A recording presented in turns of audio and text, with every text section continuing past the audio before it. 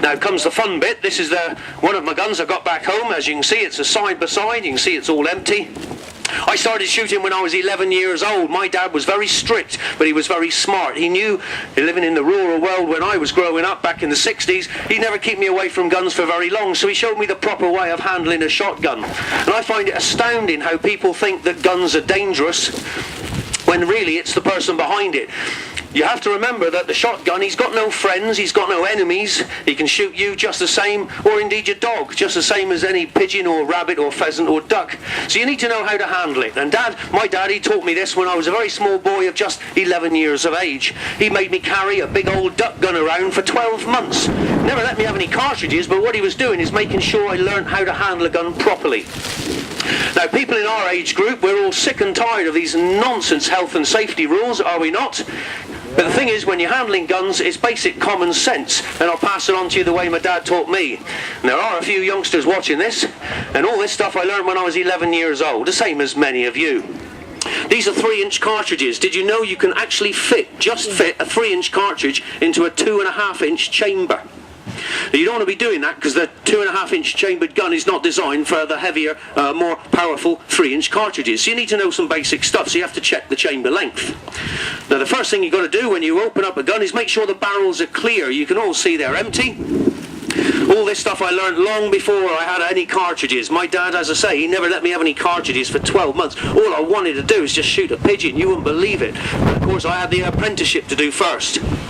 If you're an 11-year-old boy, you're very close to the ground, much closer than I am, and I'm only a shrimp. And of course the barrel's been quite long. It's very easy for a careless person to get the plug of mud stuck in the gun barrels.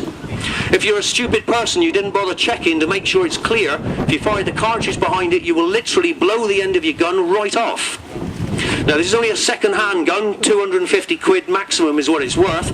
Today you can spend 50, 60,000 pounds on a shotgun if you want to, a hand-built English gun. Beautiful works of art they are. But nonetheless, if you're still stupid, you'll throw all that money away if you don't check your barrels are clear. Okay. Right, you've all heard the phrase lock, stock and barrel? Came from the shotgun. This is the action, this is the lock. In the early days they were built by the locksmiths that built the locks for your front doors. That's how we got the name lock from. The stock, well, it's pretty obvious. This is the gracefully shaped piece of wood, nicely, beautifully fitted to the person to shoot it. This is a right-handed gun. And of course the barrels, in this case 2 barrels which are cleverly harmonised so that both barrels place the shot at the same place at 40 yards. Okay, so that's where you get the phrase from. Check the barrels. These are blank cartridges we're going to be firing today. They're flipping noisy, so you must hang on to your hats. If there's any youngsters got any nervous mums and dads, hang on to them as well. Any badly trained dogs like mine, hang on to them too. Let me show you the proper way to close a shotgun, and all this is probably, you might think, big deal. Let me show you, it is a big deal, and I truly have seen this. Inside here, the action, well, you can all see the triggers, but what you cannot see are the hammers and the mainspring and the firing pin. Each barrel has got the identical pair either side. It's a mechanical device, and over time, if it's not serviced regularly, properly by a competent gunsmiths, and there's a lot of rubbish gunsmiths around nowadays, trust me on that. But if it's not serviced properly, just like your car at MOT time, it will eventually fail. Now the last thing you want is your gun to go off when you slam it shut, and I've seen that happen. The way to close a shotgun is with a stock up to the barrels. Notice how it goes off harmlessly. If anything did discharge, it goes off harmlessly into the ground there. You all saw the Olympics with our clay pigeon shooters. They got a very bad habit, and you know who you are. They're standing in a cage. They got the trap that throws out the big black discs. And so what they do, you've seen it, they slam their gun shut like that and shout pull. You see that all the time. Now that gun is pointing in that position is not good.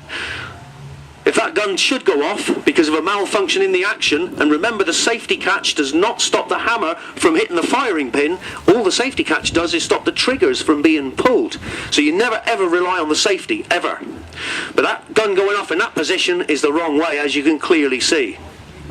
Remember the safety catch? This one's situated just on the top there, and remember it just stops a twig or a careless finger touching the triggers. Does not stop the cartridge from being fired. So always keep your gun barrels pointed right up in the air at all times. Now then, okay, by the time the shot leaves the muzzle of the gun, it's travelling faster than the speed of sound. So it starts off at 0 miles an hour here, and by the time it reaches the end, it breaks the sound barrier. That's where we get the loud bang from. Okay, we're about to fire a shot. You have been warned. Hang on to your hats. Jake, you're looking the wrong way, son. He said, these people are a lot more interesting because I know there's no pigeon going to fall out the sky. Hang on, son, there may well be. Stay there. He says, I have to because I'm tied to the ground with a big piece of string. Okay, so the shotgun, are you ready? Here we go. Beautiful. Look at all those feathers there. Jake's looking at that thinking he's missed again. Could be a little old lady way down the showground didn't hear that properly. Should we have another one? Oh, I thought so. Here we go then. Is that working, dog? He's looking to fetch something by the look of it. No pressure. Jake, sit. You've got to have your dog steady, and of course he's trained to this, but he's got his eye on that pretty looking spaniel over there. Sit. Oi. Right, one more then. Here we go.